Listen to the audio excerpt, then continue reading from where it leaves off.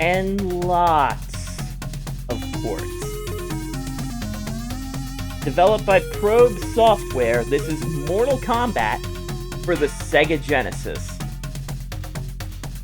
This was usually the one as far as which console version of Mortal Kombat do you want to buy? Well, how about the one with blood in it? So, a couple of things about that. Blood is not normally enabled unless you put in a code.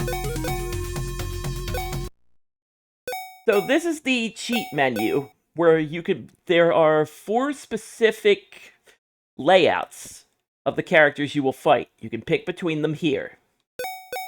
There are several flags that activate certain behaviors within the game, like your opponent can start with low energy, you can activate certain Easter eggs on the pit, but we're going to activate flag number 5, which is unlimited continues, and flag number 6, which means if an opponent is able to defeat us, they will always finish them with a fatality.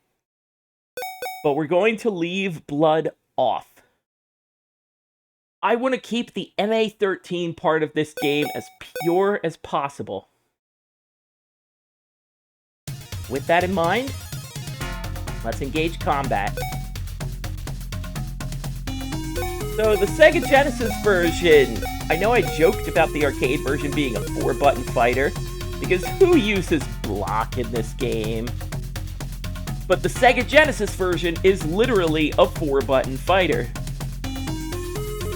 A, B, C, and start is your controller. A has both high and low punches, B has your high kick, and C has your low kick. Fight. Back in C is your roundhouse, and back in B is your sweep. And that's pretty much all you need to know. So, the Sega Genesis version of Mortal Kombat. Sega, realizing that the federal government was ready to breathe down their neck in terms of regulating their games, came up with the Video Game Rating Council. With that, Sega themselves could rate their games.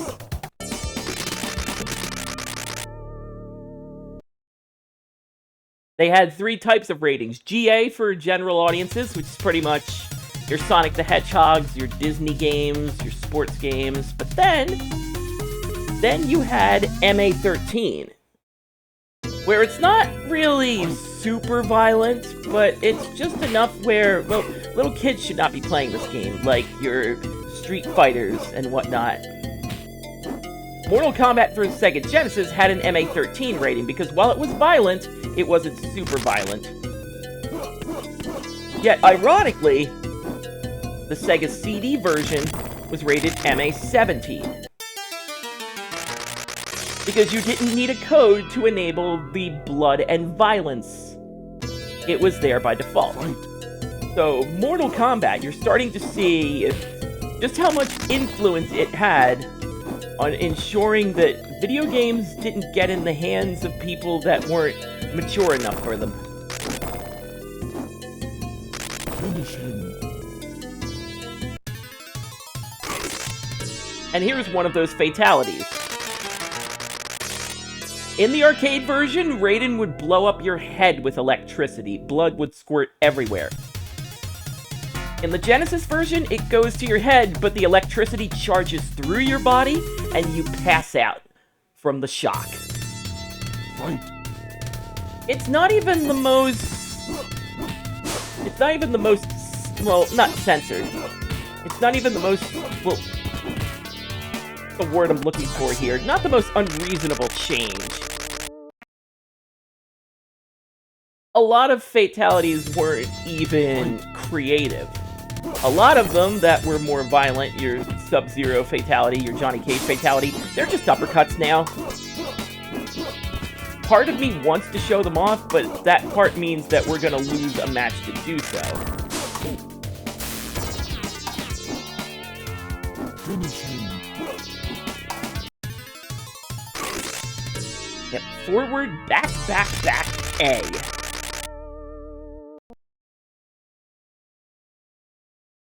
It does help that I have a Sega Genesis controller just for the occasion.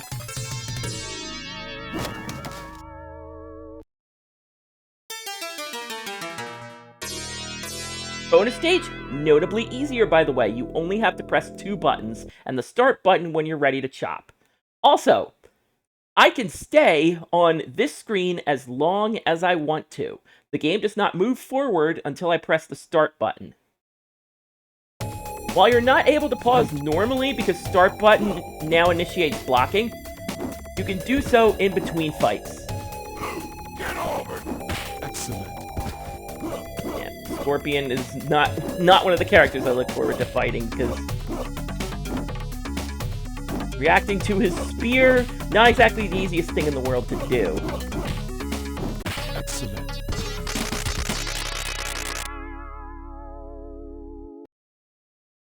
So not having that extra button for high punch and low punch takes a little getting used to, but when you're Rayden, you really don't have to worry about it that much.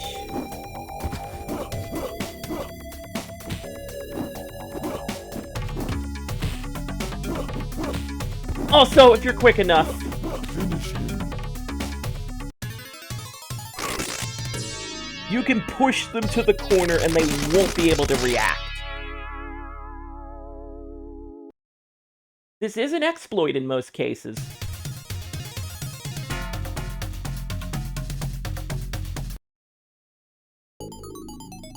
Fight. So if you notice, Scorpion and Sub-Zero back-to-back, they have the exact same idle stance. This is the only 16-bit version to have this, because Sub-Zero and Scorpion will have different poses in the Super Nintendo version, just like the arcade. Just wanted to point that out. Fight. Also, I should know better to get involved in a projectile war with Sub-Zero.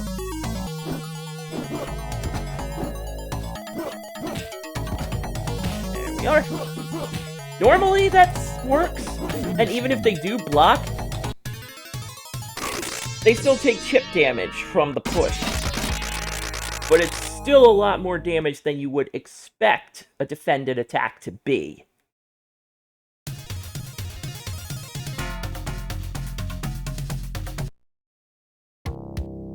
Fight. So, I would like to point out the music here. Most of it is not based off the arcade. There are a few original pieces. Or pieces where they shouldn't exist. Oh my god. I had no time. You have no health. Fight.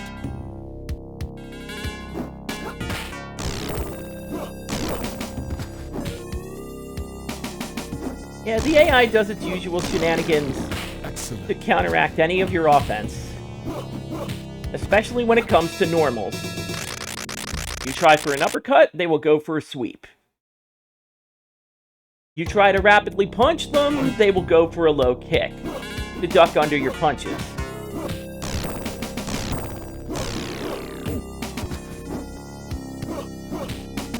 But we're not going to worry about that. Excellent. Also, if you notice, there is no sound clip for Finish Her. It's very clear, as jam-packed, as well, as authentic as it can be, that the Genesis version is. The cuts are noticeable. And perhaps calling them cuts is the wrong term. The compromises are noticeable. Fight.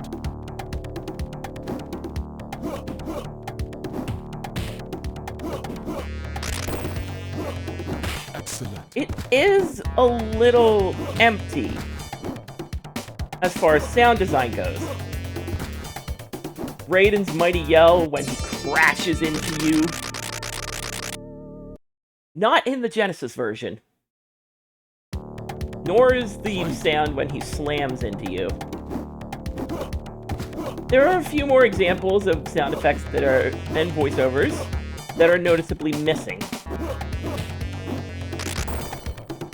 Okay, I don't have the room. Get out. Yeah, they will respond a lot faster as you go up the ladder. The first few fights are normally warm-ups.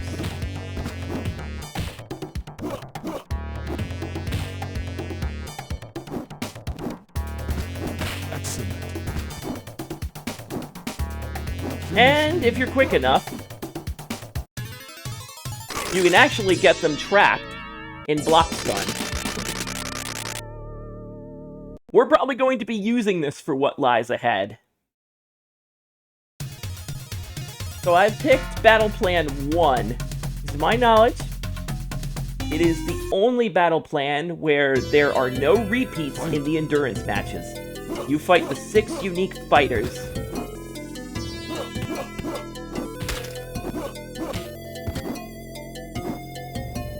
Alright, gotta get better with the timing on that. As I said, AI not afraid to counter appropriately and instantly.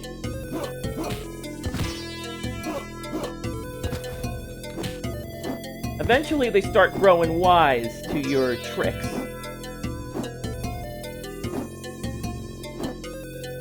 It is a bit much to try to move your thumb over to the start button just to block.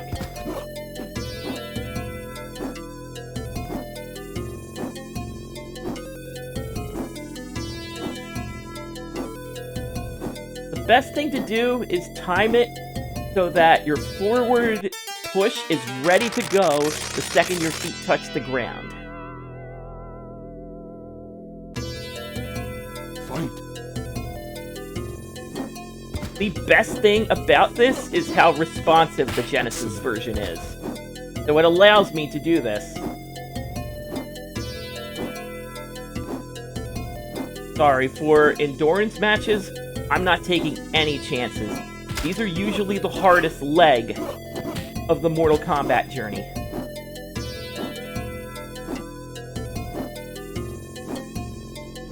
It helps that if you do this in the corner, you're actively pushing them away, and you're jumping farther away. So they have a little bit more time to react.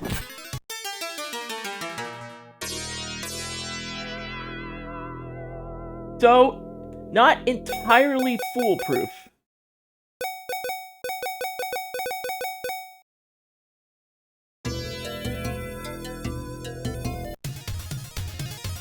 Also, don't listen to the amount of credits I have. Flag 5 ensures that I have unlimited credits. I'm gonna need them. Fight. And as you saw, Johnny Cage's fatality, it's supposed to sort of kick you aside, but it's not as effective if you're still on the screen. And if the fatality is done in the corner. And by the way, no flame sound to indicate that you have successfully defeated opponent number 1. So it kind of throws me off.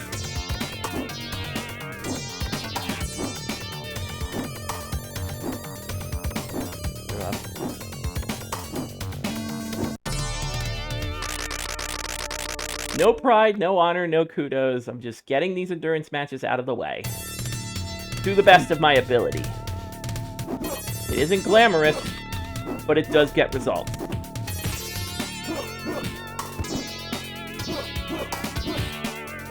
Excellent.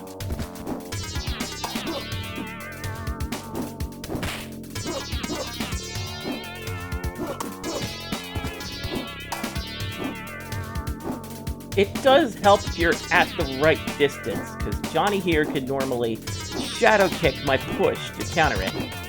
But he's not at the right range.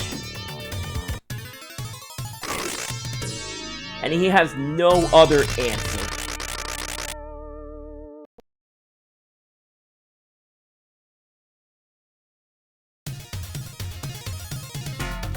This fight, on the other hand, Liu Kang has a definitive answer.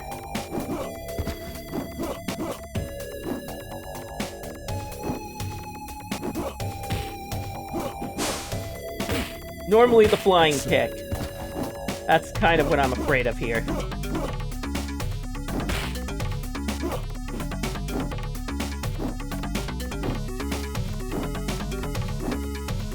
Scorpion usually has the spear to stop me, and as you can see, there were a few frames where he was active.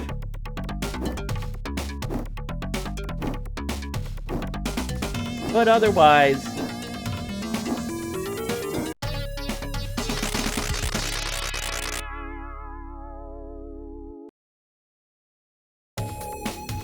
Fight.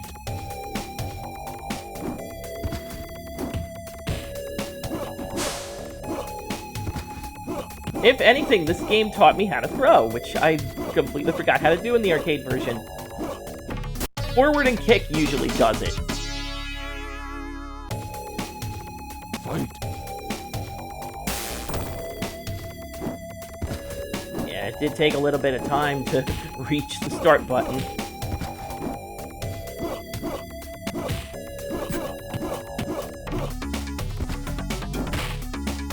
Okay, over here.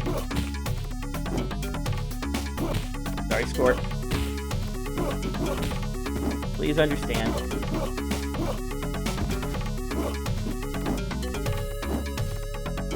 You've got me dead to rights, Scorpion.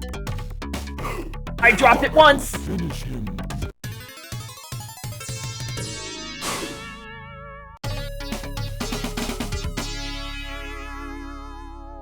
Gotta make it work.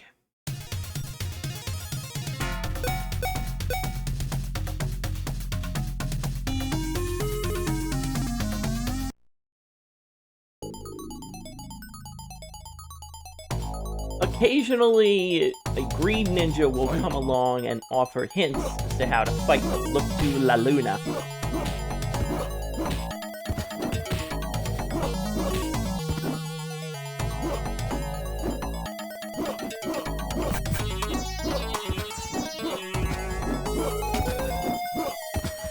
You know,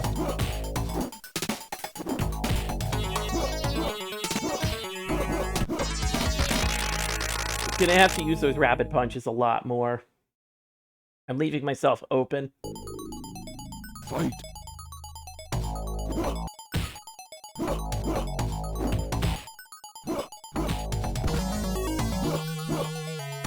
Excellent.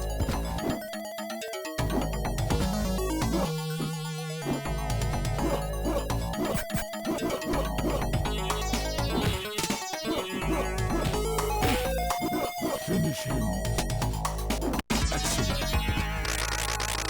Yeah, an uppercut for a finisher is pretty excellent. It's not my fatality, but, you know... efficiency.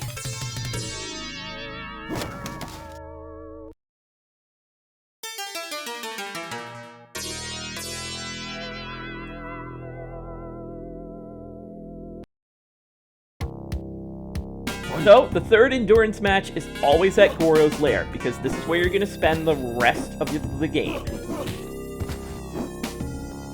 At least they kept that part.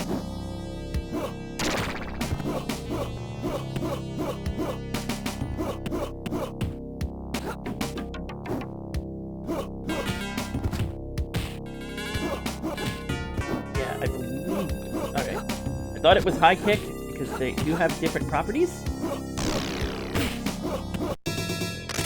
Thank you, rapid punches!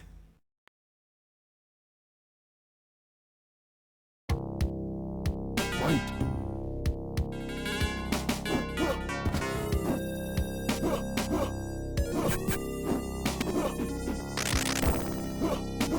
I wanted you to throw a fireball. I'm conditioning you.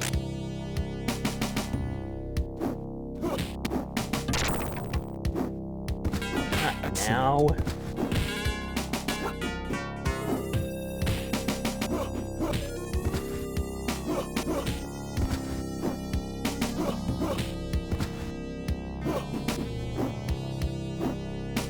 Alright.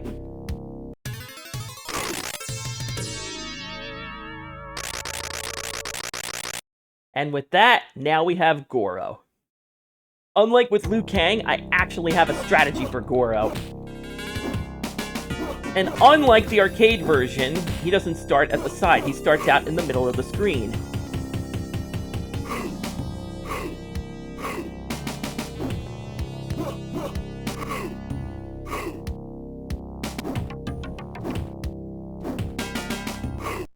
Your strategy...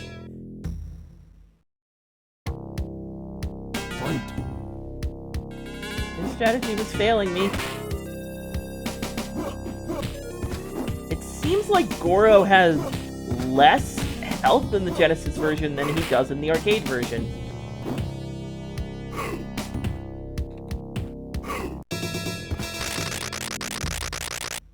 We're taking advantage of this sudden weakness in mass.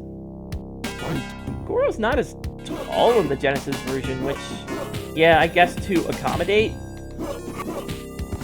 But he suffers the most.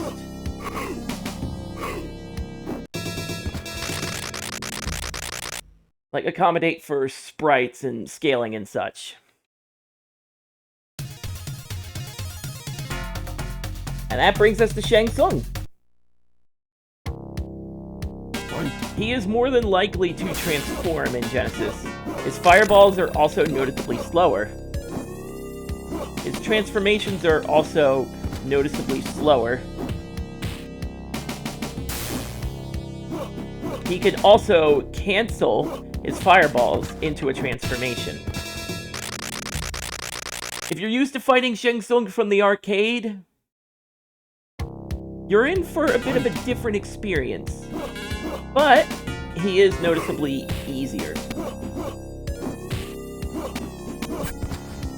Oh, God bless you, autocorrect.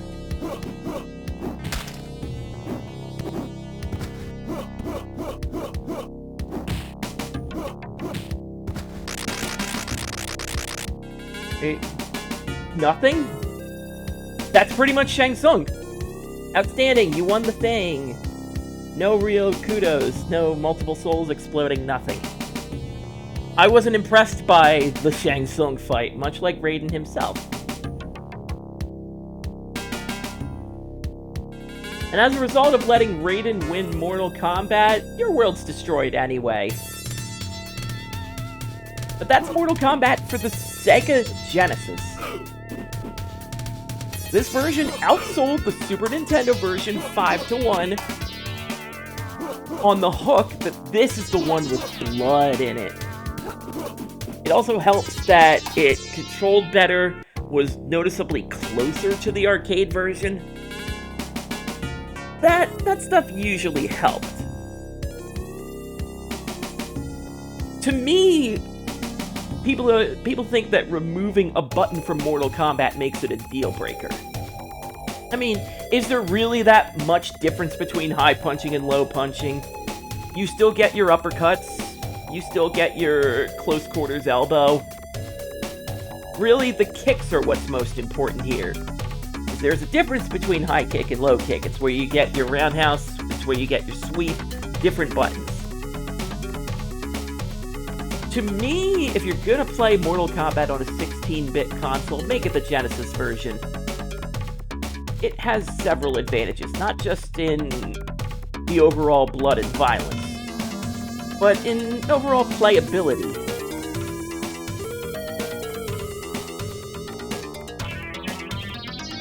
While the Genesis version is pretty much the way to go, we have a bar to lower ourselves to. And that bar is the Super Nintendo version.